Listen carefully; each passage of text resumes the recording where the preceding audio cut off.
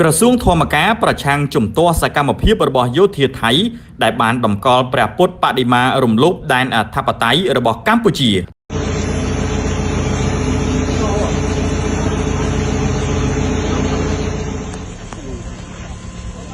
เดินหน้ามา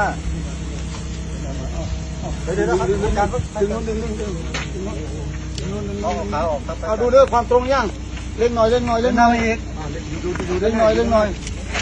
จับระดับเลยด้วยชาติเลยเอาตรงนี้ก่อนน่าจะตรงนี้นะกึ่งกลางไหมครับกึ่งกลางยังไม่ชี้จุ่มดูซ้ายขวาได้เป็นกันเลยกึ่งกลางแล้วเอาลง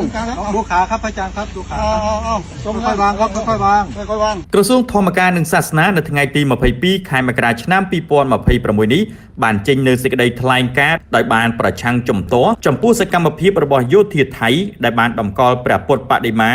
រំលោភបំពានលើដែនអធិបតេយ្យភាពរបស់កម្ពុជាបើតាមសេចក្តីថ្លែងការណ៍បានបញ្ជាក់ថាស្របតាមសេចក្តីប្រកាសព័ត៌មានរបស់ក្រសួងការបរទេសនិងសហប្រតិបត្តិការអន្តរជាតិចុះថ្ងៃទី21ខែមករាឆ្នាំ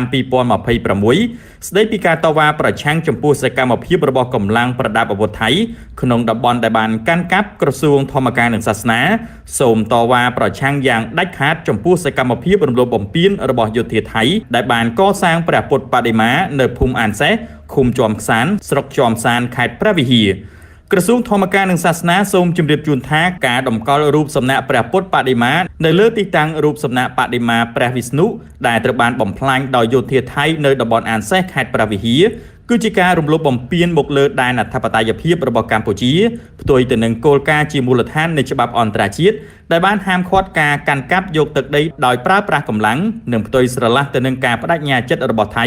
ក្នុងការដោះស្រាយវិវាទដោយសន្តិវិធីក្រោមកិច្ចព្រមព្រៀងបទជបាញ់នៅថ្ងៃទី28ខែកក្កដាឆ្នាំ2025កំណត់ហេតុនៃកិច្ចប្រជុំគណៈកម្មាធិការព្រំដែនទូទៅនាពេលកន្លងមកសេចក្តីថ្លែងការណ៍រួមស្តីពីសន្តិភាពនិងដំណោះស្រាយវិវាទដោយសន្តិវិធីចុះថ្ងៃទី26ខែតុលាឆ្នាំ2025និងសេចក្តីប្រកាសរួមនៃកិច្ចប្រជុំពិសេសរបស់គណៈកម្មាធិការព្រំដែនទូទៅនៅថ្ងៃទី27ខែធ្នូឆ្នាំ2025ដែលបញ្ជាក់ជារួមអំពីកាតព្វកិច្ចរបស់ភាគីទាំងពីរក្នុងការមិនអនុវត្តវិធានការឯកតោភាគីនិងសូមឲ្យយោធាថៃចូលរួមគោរពដោយស្មោះត្រង់ចំពោះលក្ខខណ្ឌនិងស្មារតីនៃកិច្ចព្រមព្រៀងគោរពច្បាប់អន្តរជាតិនិងកាតព្វកិច្ចរបស់ខ្លួនក្រោមសន្ធិសញ្ញានិងកិច្ចព្រមព្រៀងដែលមានស្រាប់គូបញ្ជាក់ផងដែរថាពាក់ព័ន្ធជាមួយនឹងការប្រកាសប្រឆាំងជំទាស់ទៅនឹងសកម្មភាពរបស់យោធាថៃដែលបានតម្កល់ព្រះពុទ្ធបដិមារំលោភដែនអធិបតេយ្យភាពរបស់កម្ពុជាបែបនេះត្រូវបានពលរដ្ឋខ្មែរជាច្រើនបានចេញមុខថ្កោលទោសចំពោះសកម្មភាពរបស់ថៃដែលបានបំពានច្បាប់អន្តរជាតិក៏ដូចជាមិនបានគោរពទៅនឹងកិច្ចព្រមព្រៀងនានាដែលមានកន្លងមកពលរដ្ឋក៏បានបញ្ជាក់ថាសូមបញ្ឈប់សកម្មភាពបង្កភាពតានតឹងសូមបញ្ឈប់រាល់សកម្មភាពឯកតោភាគីដែលបង្កភាពតានតឹងជាថ្មីកម្ពុជាមិនមែនជាប្រទេសដែលអាចមើលងាយបាននោះទេសូមថែរក្សាសន្តិភាពក្នុងតំបន់ការពារដែនអធិបតេយ្យភាពគឺជាភារកិច្ចរបស់កូនខ្មែរគ្រប់រូប